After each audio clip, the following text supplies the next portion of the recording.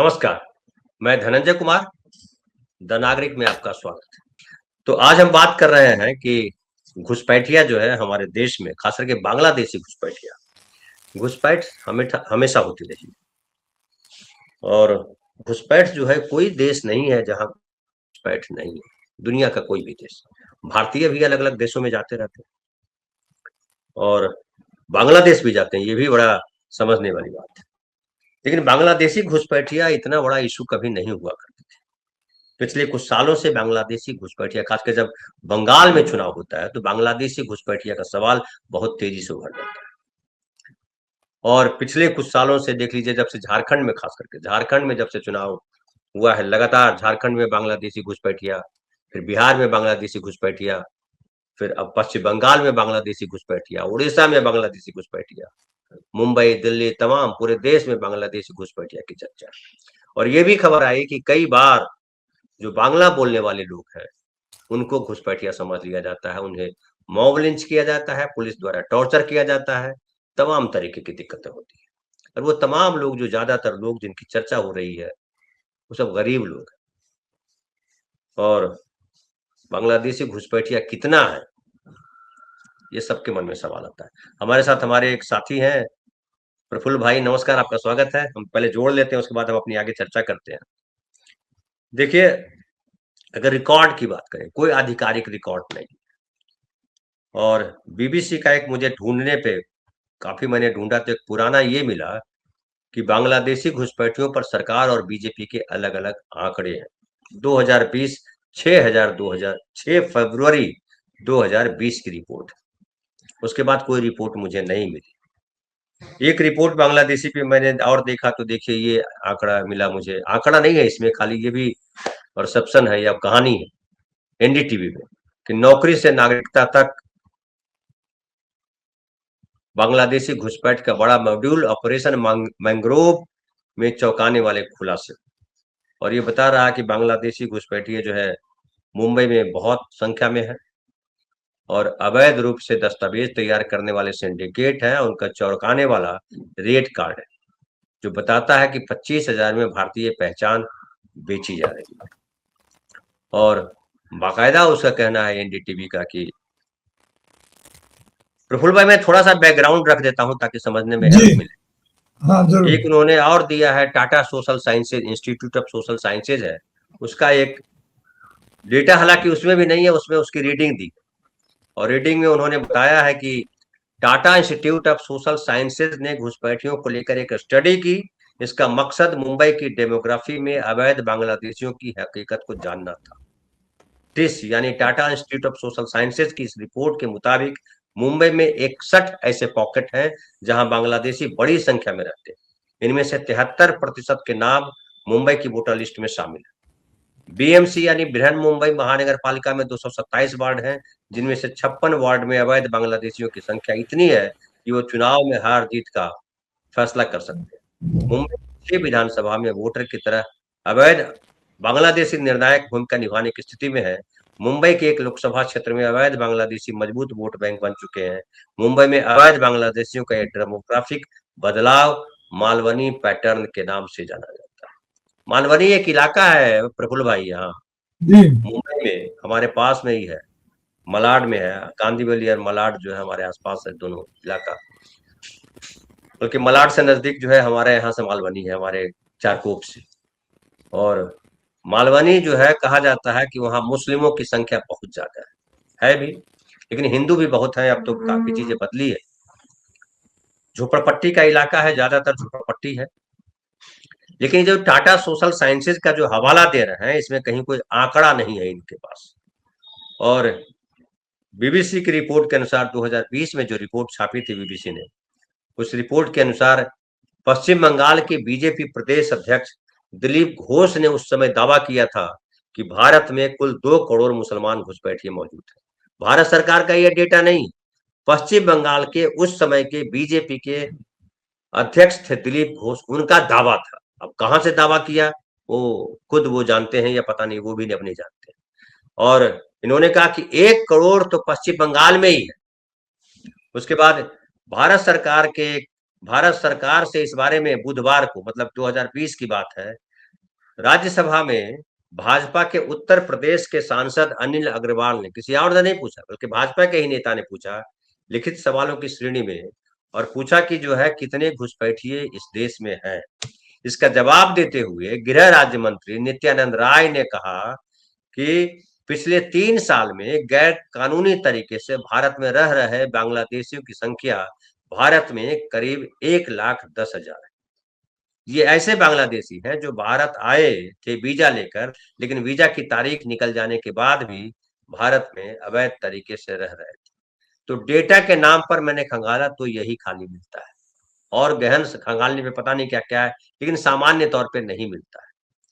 और आज जो है दैनिक भास्कर ने एक रिपोर्ट छापी है प्रफुल्ल भाई, उस जी। रिपोर्ट में बताया है कि वो हेडिंग लगाई है कि हमें बचा लो, बांग्लादेश में मर जाएंगे। भारत से 14 लोग डिपोर्ट, बहन बोली वोटर कार्ड, 60 साल पुराने कागज, फिर भी भगा दिया। और वो रिपोर्ट है कि 65 साल की अलकन बीवी है जो बांग्लादेश से फोन कर रिश्तेदारों से मदद मांग रही है। 8 दिसंबर को उड़ीसा पुलिस ने अलकन और उनके पति शेख जब्बार समेत परिवार के 14 लोगों को हिरासत में ले लिया, उन्हें कई हफ्तों तक कस्टडी में रखा, फिर 26 दिसंबर को पश्चिम बंगाल से नदिया जिले के रास्ते बांग्लादेश भेज दिया। ये रिपोर्ट है दैनिक भास्कर की, और पूनम मसीह लिख रही है, ग्राउंड रिपोर्ट ले रही है, और वो बताती है कि रिश्तेदारों का कहना है कि दस्तावेज न होने पर बांग्लादेश के सुरक्षा बलों ने सभी को भारत लौटा दिया था, लेकिन बीएसएफ ने उन्हें दोबारा बांग्लादेश पुशबैक कर दिया। इन सब के बीच 5 लोग परिवार से बिछड़ गए हैं, जबकि बाकी 9 लोग अभी बांग्लादेश के सिलहट में। और पश्चिम बंगाल के नंदीग्राम में रहने वाली जब्बार की बहन रहीमा उनकी वापसी के लिए लड़ाई लड़ रही है। वे दावा करती हैं कि कई दशक से उनके भाई का परिवार उड़ीसा में है, वे वहां के रजिस्टर्ड वोटर हैं, उनके पास आधार कार्ड, राशन कार्ड, 60 साल पुरानी जमीन के डॉक्यूमेंट भी है। फिर भी पुलिस उन्हें घुसपैठिया बता दे रही है, और पुलिस इस मामले में कुछ बोलने को तैयार नहीं है। इसके अलावा जो है जमीन के डॉक्यूमेंट वगैरह भी इसमें लिखे हुए हैं, और वो रिपोर्ट में आगे है प्रफुल्ल भाई कि इस मामले को लेकर हमने जगत सिंहपुर के एसपी के से इस बारे में जानने की कोशिश की, लेकिन उनसे बात नहीं हो सकी। इसके बाद सीमा पर मौजूदा हालात और अवैध बांग्लादेशियों की वापसी की प्रक्रिया समझने के लिए बीएसएफ के एक सीनियर अधिकारी से बात की। अधिकारी नाम न छापने की शर्त पर बात करने को राजी हुए, और उन्होंने बताया कि बांग्लादेशी घुसपैठियों को वापस भेजने की प्रक्रिया बड़ी ही जटिल और कानूनी प्रक्रिया है, बड़ी जटिल है। और अधिकारी कहते हैं जब किसी संदिग्ध को भारत के सीमा के पास इलाकों में हिरासत में लेते हैं तो सबसे पहले उसके दस्तावेजों की जांच की जाती है। अगर उनके पास से कोई वैध दस्तावेज नहीं मिलते हैं तो हम बॉर्डर गार्ड्स बांग्लादेश के साथ तत्काल फ्लैग मीटिंग करते हैं, और घुसपैठिया सीमा पार करते ही पकड़ा जाता है, और गंभीर अपराध न करें तो आपसी सहमति से उसे वापस भेज देते हैं, जिसे तकनीकी भाषा में पुशबैक कहा जाता है। बोली से पहचानने को लेकर अधिकारी बताते हैं कि भारतीय बंगाली और अवैध बांग्लादेशी की बोली में फर्क आ जाता है। पकड़े जाने पर ये लोग अक्सर फर्जी आधार कार्ड या वोटर आईडी दिखाते हैं, हालांकि सिस्टम में उनका बैक एंड वेरिफिकेशन होते ही पहचान सामने आ जाता है। अवैध दस्तावेजों के पाए जाने पर उन्हें अलग अलग धाराओं के तहत जेल भेजा जाता है। और अब बता रहे हैं कि बहुत जो है मजबूत हो गई है। वो बता रहे हैं कि अवैध घुसपैठ रोकने में काफी सुधार हुआ है। हमने अब सीमा पर बॉर्डर इलेक्ट्रॉनिक सर्विलांस सिस्टम जैसी आधुनिक तकनीक का जाल बिछाया है, जिससे थर्मल इमेजरी के जरिए घने कोहरे और अंधेरे में भी बिना दस्तावेजों के घुसपैठ करने वालों को आसानी से ट्रैक कर दिया जाता है। और एक पुरानी रिपोर्ट भी लगाई है, आपको याद होगा कि दिल्ली पुलिस ने बांग्लादेशी होने के शक में 18 जून को सोनाली खातून, उनके पति दानिश और 8 साल के बेटे को पड़ोसी परिवार के साथ हिरासत में लिया, फिर उन्हें बांग्लादेश भेज दिया गया था। जिस वक्त सोनाली को बांग्लादेश भेजा गया, प्रेग्नेंट थी। सोनाली के पास भी आधार कार्ड और पैन कार्ड जैसे जरूरी दस्तावेज थे। उनका घर पश्चिम बंगाल के बीरभूम जिले में है। मामला सुप्रीम कोर्ट पहुंचा। 5 दिसंबर को सुप्रीम कोर्ट के आदेश के बाद बांग्लादेश में 162 दिन बिताने के बाद सोनाली और उनके बेटे को भारत लाया गया। सोनाली ने 5 जनवरी को बीरभूम के रामपुर हाट मेडिकल कॉलेज में बेटे को जन्म दिया, कॉलेज हॉस्पिटल में, जिसे देखने टीएमसी महासचिव अभिषेक बनर्जी गए। हालांकि सोनाली के पति दानिश शेख और एक अन्य बंगाली परिवार बांग्लादेश में है, वो अपनी नागरिकता साबित करने के लिए दस्तावेज जमा कर रहे हैं, जबकि कानूनी प्रक्रिया जारी है। ये पूरी तस्वीर हमने आपके सामने रखी प्रफुल्ल भाई कि बांग्लादेशी घुसपैठिया है, इससे इनकार नहीं है। ये भी है कि अब बांग्लादेशी घुसपैठिया कोई भी घुसपैठ कर रहा है तो उसको पकड़ना आसान हो गया है, उसको पकड़ा जा सकता है आसानी से। ये भी है कि नकली आधार कार्ड, नकली डॉक्यूमेंट बन जाते हैं। लेकिन ये भी सच है कि सही डॉक्यूमेंट जिनके पास है, जमीन के कागज है और दूसरे कागजात है, लंबे समय से रह रहे हैं, उनको भी परेशान किया जाता है। आपने एक वीडियो देखा होगा जिसमें बिहार का एक व्यक्ति जो है, अररिया का रहने वाला, झोपड़पट्टी में, उसको पुलिस इंस्पेक्टर जो है वो कुछ कहता है कि मशीन है, ये बता देता है तुम बांग्लादेशी घुसपैठिया हो या ना। सोनाली का केस भी है, सोनाली खातून के मामले में सुप्रीम कोर्ट ने जो कहा। लेकिन सरकार के पास कुछ आधार आधिकारिक डेटा नहीं है, कितने घुसपैठिए हमारे देश में, कहाँ बसते हैं। टाटा सोशल साइंसेज की जिस रिपोर्ट का मैं पहले जिक्र कर रहा था, जो एक्सक्लूसिव स्टोरी बताई है एनडीटीवी इंडिया ने, उसमें भी कोई जो है संतुलित डेटा नहीं है, कोई फिक्स डेटा नहीं। 73% जो है मुंबई की वोटर लिस्ट में शामिल है, 61 पॉकेट है, 56 वार्ड में अवैध बांग्लादेशियों की संख्या हार जीत का फैसला कर सकते हैं, वगैरह वगैरह तमाम चीजें हैं। लेकिन वोटर कितने, जो आपने रिसर्च की, रिपोर्ट की, कुछ संख्या तो आपके पास आई होगी, उस संख्या का जिक्र नहीं। ये भी आरोप लग रहा है कि जो टाटा सोशल साइंसेज में जो चीफ बनाए गए हैं वो भी संघी मानसिकता के, और ये बताया जा रहा है, ये कई बार आरोप लगे हैं कि वहां भी मैनिपुलेटेड रिपोर्ट वहां से जारी हो रही है, वो फैक्ट रिपोर्ट जारी नहीं हो रही। फैक्ट को पता करना बेहद मुश्किल हो गया है, और ये मुश्किल तब और हो जाता है जब भारत सरकार के प्रधानमंत्री नरेंद्र मोदी, भारत सरकार के गृह मंत्री अमित शाह जी बांग्लादेशी घुसपैठिया के नाम पर पॉलिटिकल बयानबाजी करते हैं। प्रफुल्ल भाई, ये पॉलिटिकल बयानबाजी जो है हमारे देश के लिए कितना नुकसानदेह है? बहुत नुकसानदेह। सभी को नमस्कार। ये बहुत नुकसानदेह है और ये कहने की जरूरत नहीं है। आपने संघी मानसिकता की बात की। असल में थीम ऑफ द टाइम जो होता है, थीम ऑफ द टाइम एक होता है कि उस समय में उसी को लेकर के सारी बातें होती रहती है और वो बहुत ही मनोवैज्ञानिक तरीके से हम पर प्रभाव डालता है। जैसे प्रगतिशीलता का एक समय होता है, तो उस समय में सभी लोग प्रगतिशीलता की ही बात करते हैं, तो थीम ऑफ द टाइम वो संघी लोगों को भी प्रगतिशील दिखलाने लगता है, उनकी मानसिकता में बात आ जाती है। इस समय जो संघी मानसिकता है वो थीम ऑफ द टाइम है, जो इन्होंने परसेप्शन के साथ और कई जायज नाजायज मुद्दों के साथ खड़ा किया। आते हैं आपके मुख्य विषय पर। आपने बहुत विस्तार से इसको समझाया है कि कैसे घुसपैठिए पर अध्ययन किए जा रहे हैं। ये अगर मान लीजिए कि ये वही बात है कि बहुत सारे लोग यह भी कहते हुए पाए जाते हैं कि अगर आपका सब कुछ सही है तो आपको डर क्यों लगता है, आपको जांच हो जाने दीजिए। ये ऐसा मुहावरा है, जब दूसरे पर आता है तो लोगों को लगता है कि हाँ ये प्रक्रिया सही है, लेकिन जब अपने पर आता है तब इसका मतलब समझ में आता है क्या होता है। जैसे मान लिया कि मैं एक आदमी हूँ, मैं बीमार नहीं हूँ, अपने आप को ठीक ठाक महसूस करता हूँ, लेकिन कोई आकर कहे कि नहीं आपकी जांच पड़ताल होगी, आपकी तलाशी ली जाएगी, आपका मेडिकल चेकअप होगा, और बीमार हमको मेडिकल साइंस के और दवा कंपनियों के उद्योग को चलाने के लिए हमको अगर बीमार घोषित करके कुछ दवाइयां मुझे दी जाती हैं, ये बहुत खतरनाक है। अब घुसपैठिए क्या होते हैं इसको पहले समझना होगा। मैं समझता हूँ आपने जितने अध्ययनों को देखा है या मैंने भी देखा है, उसमें घुसपैठिए को ठीक ठीक ढंग से परिभाषित करने का जोखिम किसी सिद्धांतकार ने नहीं उठाया कि हु इज घुसपैठिया, इंट्रूडर असल में है कौन और इसकी पहचान क्या होती है।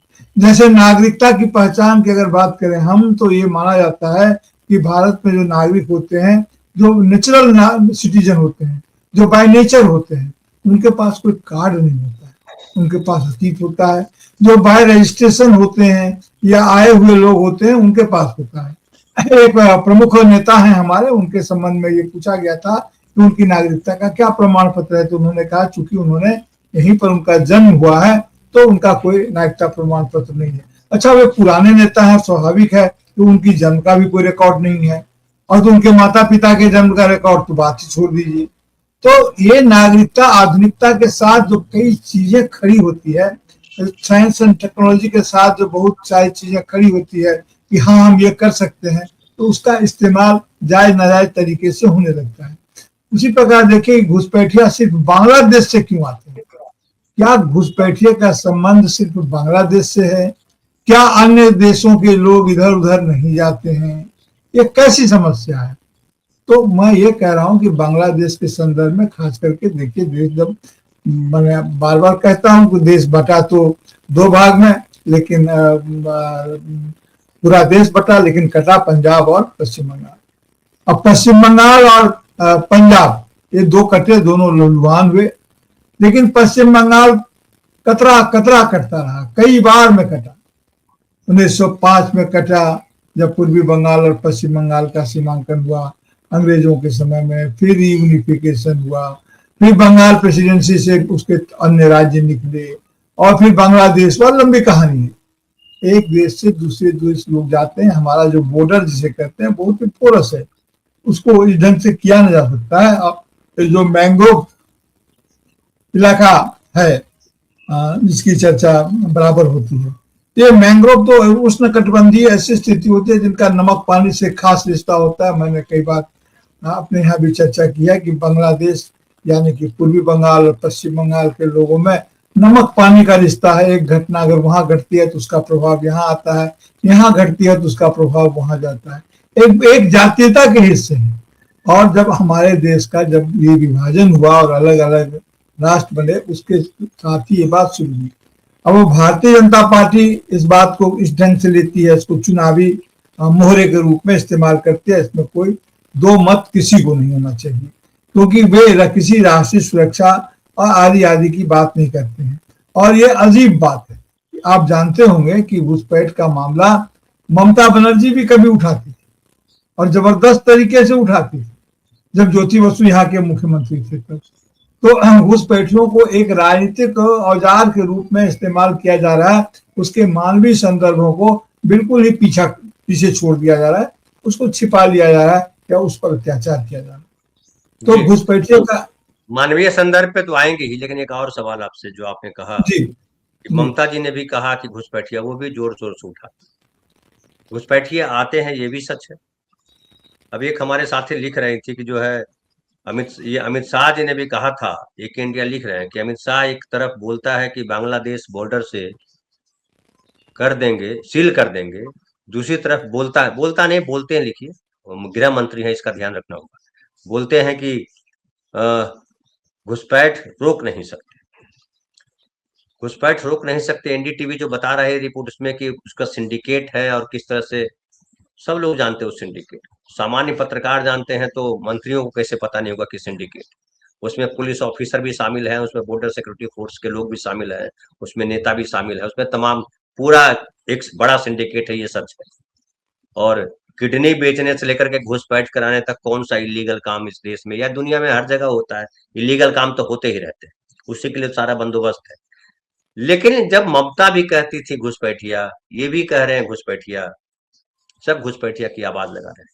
डेटा कोई क्यों नहीं जमा करता प्रफुल्ल भाई? क्या डेटा जमा करना बहुत कठिन काम है? असल में ये परसेप्शन बनाते हैं और ये राजनीतिक इस्तेमाल करते हैं, उसके मानवीय संदर्भ को नहीं देखते हैं। मैं आपको पहली बात बताता हूं कि अगर घुसपैठिए आएंगे तो सबसे ज्यादा परेशानी जिनको होगी, मान लीजिए अगर बांग्लादेश से आते हैं तो सबसे ज्यादा परेशानी पश्चिम बंगाल के लोगों को होगी, क्योंकि यहाँ से होके ही जाएंगे, या फिर असम त्रिपुरा आदि से होगी। तो सभी जगह पर बंगाली आबादी को लेकर के तरह तरह के झमेले खड़े किए गए, या असम में खड़े किए गए, कभी त्रिपुरा में खड़े किए जाते हैं, और तमाम जगहों पर वो आबादी की वो बात की जाती है। और इधर पूरे पूर्वोत्तर में क्योंकि बांग्ला भाषी आबादी काफी अधिक रही है, और विभाजन का इस पर असर पर भी पड़ा है निश्चित रूप से। तो राजनीतिक इसको प्रकरण के रूप में इसका इस्तेमाल किया जाता है, और राजनीतिक उसमें जब आप इस्तेमाल करेंगे, जैसे ममता बनर्जी भी तब करती थी जब ज्योति बसु जी यहाँ मुख्यमंत्री थे, और इसका कोई डाटा नहीं हुआ करता था। लेकिन हाँ, आपको याद होगा कि ज्योति बसु 1971 में तो ज्योति बसु मुख्यमंत्री नहीं थे जब यहाँ पर हुआ, मैंने बांग्लादेश बनाकर, लेकिन वो यहाँ पर अजय मुखर्जी की सरकार थी, उसमें मंत्री वगैरह रह चुके थे या रहते थे, तो उनको यहाँ की राजनीति पर जबरदस्त पकड़ थी।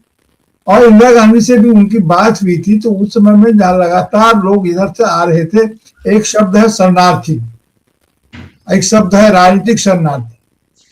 और अब ये इंट्रूडर दूसरा शब्द, तीसरा शब्द है घुसपैठिया। तो उसमें मैं शरणार्थियों की इतनी जबरदस्त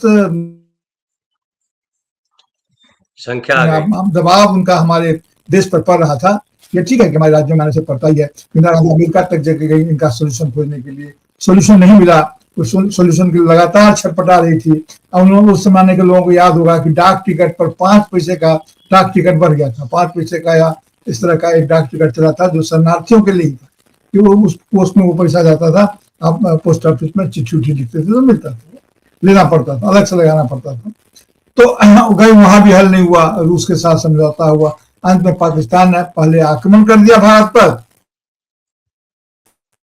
उसके बाद भारत ने जवाबन आक्रमण किया था जब बांग्लादेश की घटना घटी, बांग्लादेश बना। तो इसके बावजूद क्योंकि ये चलता रहता है, तो मामला ये है कि आप आरोप तो लगाते हैं लेकिन इसको ठोस कोई निवारण, कोई कारण नहीं बताते हैं। शरणार्थी यहाँ आए और कई बार उनकी नागरिकता को वैध भी ठहराया गया।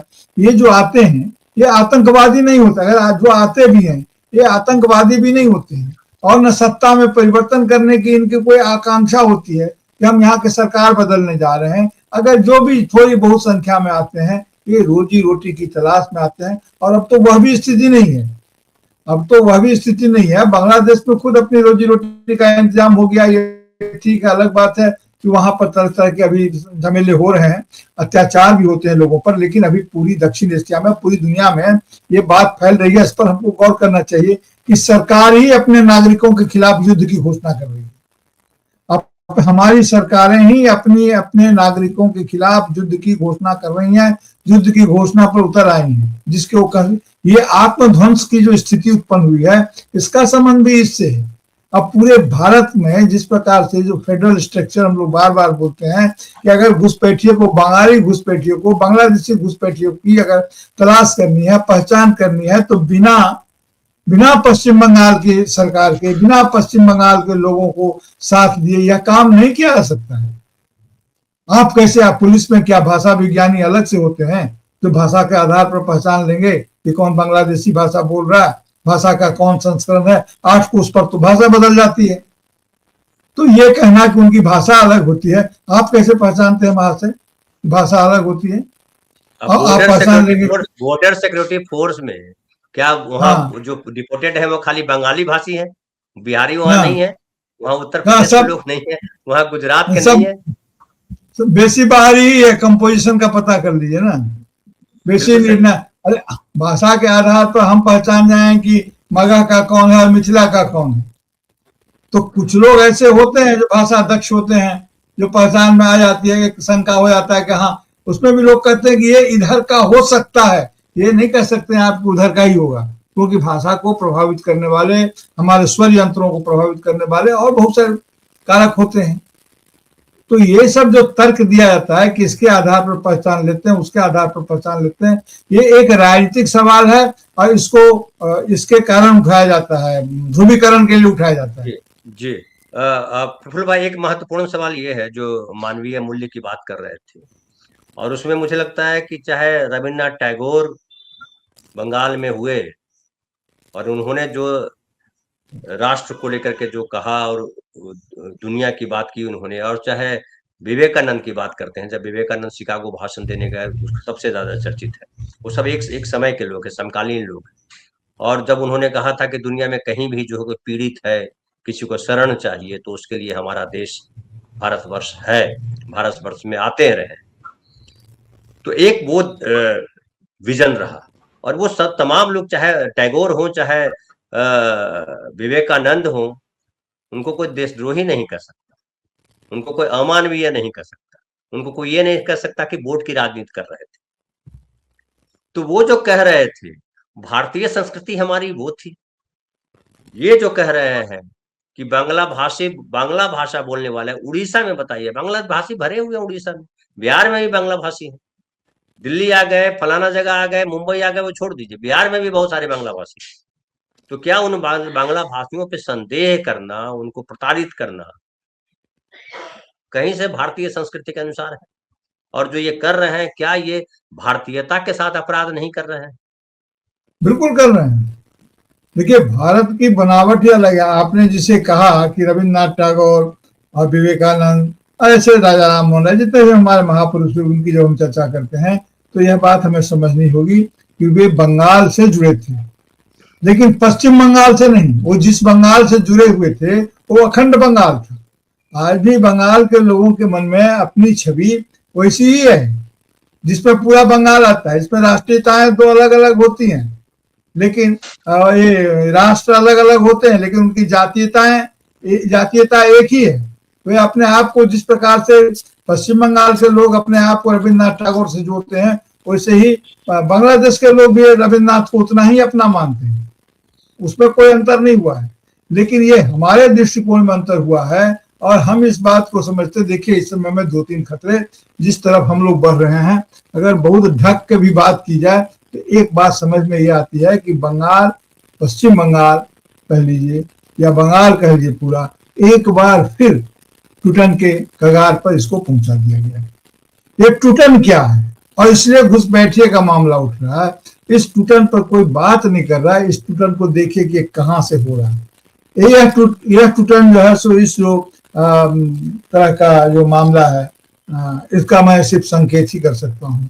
हमारा जो सिलीगुड़ी का इलाका है, जिधर चीन की नजर, वो जो इसको बोलते हैं चिकन नेक बोलते हैं, और अरुणाचल प्रदेश वगैरह वगैरह, वो जो 7 सिस्टर है, एक और बांग्लादेश और चीन की नजर उस पर पड़ी हुई है, जैसे कि अरुणाचल प्रदेश पर भी पड़ी हुई है। और बांग्लादेश का ऊपर अभी जो तोरसा पानी का जो तीसरा तोरसा का जो एग्रीमेंट हुआ चीन के साथ, आप बांग्लादेश का, आप उसको याद कीजिए। दूसरा क्या है कि इधर जो पश्चिम बंगाल के लोगों के एक हिस्से में और बांग्लादेश के लोगों के एक हिस्से में पाकिस्तान का प्रेम उमड़ आया है। उनको लगता है कि हम पाकिस्तान के साथ अधिक महफूज थे, क्योंकि अभी पाकिस्तान में जो रीजनल एस्पेक्ट्स हैं, पाकिस्तान की राजनीति में उन्हें लगता है कि अधिक स्थिरता आने वाली है और भारत की राजनीतिक स्थिति में काफी हलचल होगा। यहाँ तरह तरह के मामले उठेंगे, यहाँ ध्रुवीकरण है आदि आदि। तो एक अंश, बहुत छोटा अंश, लेकिन एक प्रवृत्ति है जो पाकिस्तान की तरफ देख रही है। दूसरी प्रवृत्ति है जो भारत की तरफ देख रही है, लेकिन भारत में वो पश्चिम बंगाल की तरफ देख रही है। तो बंगाल टूटेगा, जुड़ेगा जैसी मानसिकताएं, बंगाल फिर टूटेगा, बंगाल फिर जुड़ेगा जैसी मानसिकताएं जगह पा रही है इस घुसपैठिए की राजनीति को बढ़ावा दिए जाने के कारण। मैं साफ साफ कहता हूं, इसलिए इसका सिर्फ चुनावी नहीं, ये एक भू राजनीतिक समस्या है। ये सिर्फ इलेक्टोरल प्रॉब्लम नहीं होकर के जियो पॉलिटिकल प्रॉब्लम है, भू राजनीतिक समस्या है ये। और जिसको ये बढ़ावा दे रहे हैं, ये आग से खेल रहे हैं, ये नहीं जानते कि ये क्या कर रहे हैं। आपको मतदाता सूची से निकालना था, अभी तो पूछा गया कि बताइए कि कितने लोगों को घुसपैठिया होने के कारण उन लोगों को मतदाता सूची से बाहर किया गया है। जवाब नहीं आया। बिहार में बहुत रगड़ के पूछा गया तो शायद 1, 2, 3 या कुछ हजार कुछ लाख पर बात आ रही है। आप बेहतर जानते हैं। 300 कुछ बताए गए थे, उसमें से बड़ी संख्या नेपाल के मूल की थी। नेपाल के थे। जानते हैं बिहार नेपाल का संबंध है कि बेटी उधर आ गई। बिल्कुल, हाँ, वो आना जाना लगा रहता है। और घुसपैठिए के साथ जो हमारा सुगौली पैक्ट था, नेपाल के साथ सुगौली पैक्ट हुआ था, तो उसका भी ध्यान में रखना चाहिए, जिसमें उत्तराखंड के भी बहुत सारे लोग हैं। उत्तराखंड का इलाका भी है, जिसमें नेपाली आबादी और नेपाल और भारत का क्या संबंध था। बहरहाल कहने का मतलब ये है कि मनुष्य के से जुड़ी हुई जो मानव मूल्य की हम बात करते हैं, आपने विवेकानंद की बात कही, उस समय में राष्ट्रीयता, राष्ट्रवाद नहीं उस ढंग से विकसित हुआ था। राष्ट्र की सीमाएं उस ढंग से नहीं तय की गई थी, और ये माना गया था कि मनुष्य को पूरी पृथ्वी पर उसका अधिकार है और उसको आने जाने से रोकने के लिए कोई संसाधन नहीं है। उसको कहीं एक देश से दूसरे देश में जाना ये इलीगल तो हो सकता है, इसको क्रिमिनल ऑफेंस नहीं माना जा सकता है, इसके साथ आपराधिक व्यवहार नहीं किया जा सकता है। क्योंकि अगर कोई घर होता है किसी का, तो यह सामान्य प्रवृत्ति प्राणियों में भी होती है, अन्य प्राणियों में भी। कुत्ता बिल्ली को भी देखिए कि दिन भर कहीं रहे, शाम को लौट करके एक जगह पर आकर के वो विश्राम करता है। तो सभी लोगों को, क्योंकि घर एक सुरक्षा बोध है, घर एक सुरक्षा बोध है। तो मनुष्य अगर अपना घर छोड़ता है, मनुष्य घुमंतु भी रहा है, लेकिन मनुष्य घर बना के भी रहा है। तो मनुष्य में दोनों प्रवृत्तियां काम करती है। तो इसलिए मनुष्य को इस संदर्भ में देखना चाहिए और राष्ट्र को मनुष्य के विरुद्ध नहीं खड़ा होना चाहिए, कोई भी किसी भी राष्ट्रीय नीति को। मैं फिर कहूं कि ये मैंग्रोव प्रॉब्लम जो है ये बहुत जबरदस्त प्रॉब्लम है और इसका अध्ययन किया जा रहा है। इसका अगर मानवीय तरीके से अगर इसका इस्तेमाल नहीं हुआ तो ये होगा। और ये जो समझते हैं कि वोट की राजनीति में इनको लाभ होगा, तो पता नहीं पूरे भारत में क्या होगा, वो तो एक अलग प्रसंग है। लेकिन पश्चिम बंगाल की राजनीति में बहुत ही नकारात्मक प्रभाव इन पर जाएगा, ये देख लें, ये सोच लें, क्योंकि आप पूरे के पूरे राज्य को ही, सभी बंगाली को आप कह रहे हैं घुसपैठिया। उनके मन में मानसिक पूरा बंगाली समाज जो है विलन हो जाता है। जैसे बांग्ला बोलता है तो आपके दिमाग में आता है बांग्ला भाषी, बांग्लादेश। हाँ, जाहिर है। और आपको याद हो दिल्ली के अधिकारी ने कहा कि बांग्लादेशी भाषा बोलते हैं जी। और अभी देखिए ना डाल्टनगंज में क्या हुआ, अभी जो पश्चिम बंगाल में बेलडांगा में जो इतना झमेला हुआ है, डाल्टनगंज में क्या हुआ, एक 36-38 साल का नौजवान और बेलडांगा से गया झारखंड में, डाल्टनगंज गया अपने काम के तलाश में, और वहां उसकी हत्या हो गई।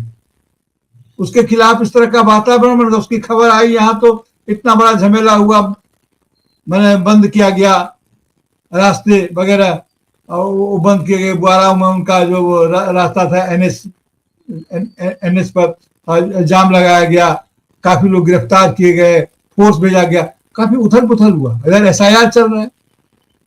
एसआईआर का मुख्य मकसद यहाँ पर, जैसे नौकरी का इंटरव्यू होता है ना, तो नौकरी का प्रोसेस क्या होता है कि वो इंक्लूजन का सेंस लेके नहीं चलता है। इंटरव्यू लेते हैं, उनका मुख्य रहता है लोगों को लेना नहीं होता है, लोगों को छांटना होता है, अधिक से अधिक लोगों को छांटते चलो। तो वो छांटने की प्रवृत्ति है, वो स्वीकार करने की प्रवृत्ति नहीं है। वैसे ही एसआईआर यहाँ पश्चिम बंगाल में जो हो रहा है, ये नागरिकों को छांटने की प्रवृत्ति का शिकार हो रहा है। यहाँ के लोग कह रहे हैं अनावश्यक तरीके से हमें तो हरास किया। उसमें तो जो है आप हिंदू हो कि उसमें जातियों के आधार पे चीजें तय कर रहे हैं। उसमें ढेर सारे सही लोगों के नाम हटा दे रहे हो जो इसी देश के रहने वाले हैं, और कौन सी राजनीति कर रहे हो। वो बात आप बिल्कुल सही कह रहे हैं। एसआईआर में जो हो रहा है, अभी भी जो आज भी कोई घटना घटी है, कल रोज आत्महत्याएं हो रही है, उसमें प्रसंग वो है, लेकिन उनको लग रहा है कि ये हमारा दस्तावेज पूरा नहीं है, इसलिए हमारे साथ ये अत्याचार किया जा रहा है। और ये अत्याचार सही बात है। अभी वो नाम शूद्र की बात बोल रहे थे, वो मतुआ की बात बोल रहे थे। मतुआ लोग जो वहां से आए थे, मतुआ वैसे ही है जैसे हमारे यहाँ रैदासी हैं, आपको कबीरपंथी हैं, इस तरह से वहां पर मतुआ समाज के लोग हैं। उनका पूर्वी बंगाल में उनका अपनी जगह थी, वहां से वो विकसित समुदाय विकसित हुआ है, उसके लोग फिर यहाँ आए हैं। लेकिन उसको जिस ढंग से राजनीतिक विषय बना करके पेश कर रहे हैं, उससे तो कुछ हासिल होना नहीं है, उल्टे उससे जो दरार पड़ रही है एक राष्ट्रीय मानसिकता में, और वह बहुत खतरनाक होगा हमारे राष्ट्रीय जीवन के लिए। क्योंकि लग ही नहीं रहा है कि इस देश में फिर कौन अपना है, बताइए। जो भारतीय जनता पार्टी को वोट दे दे वही अपना है, वही इस देश का है। नहीं, वो भी नहीं अपना है ना भाई। वो भी अपना जो दाल मंडी से लेकर के दिल्ली तक, बनारस के दाल मंडी से दिल्ली तक, जो बिहार तक, हाँ, जो घर तोड़े जा रहे हैं, कोर्ट के आदेश के अनुसार अतिक्रमण है तो आपका सरकारी जमीन पे है, वो कौन है? वो ढेर सारे लोग भाजपा को जिन्होंने वोट दिया है, वो लोग हैं। तो बहुत बहुत धन्यवाद आप तमाम साथियों का, और प्रफुल्ल भाई आपका भी बहुत बहुत आभार। और आज हमने प्रफुल्ल भाई को विशेष तौर पे बुलाया क्योंकि बंगाल का मामला है, घुसपैठिया का मामला है, तो हमने कहा एक से भले दो हो जाते हैं, एक से भले दो। बहुत बहुत धन्यवाद प्रफुल्ल भाई, आप आए, और बहुत बहुत धन्यवाद आप सबका भी। मिलते हैं फिर शाम की चौपाल में।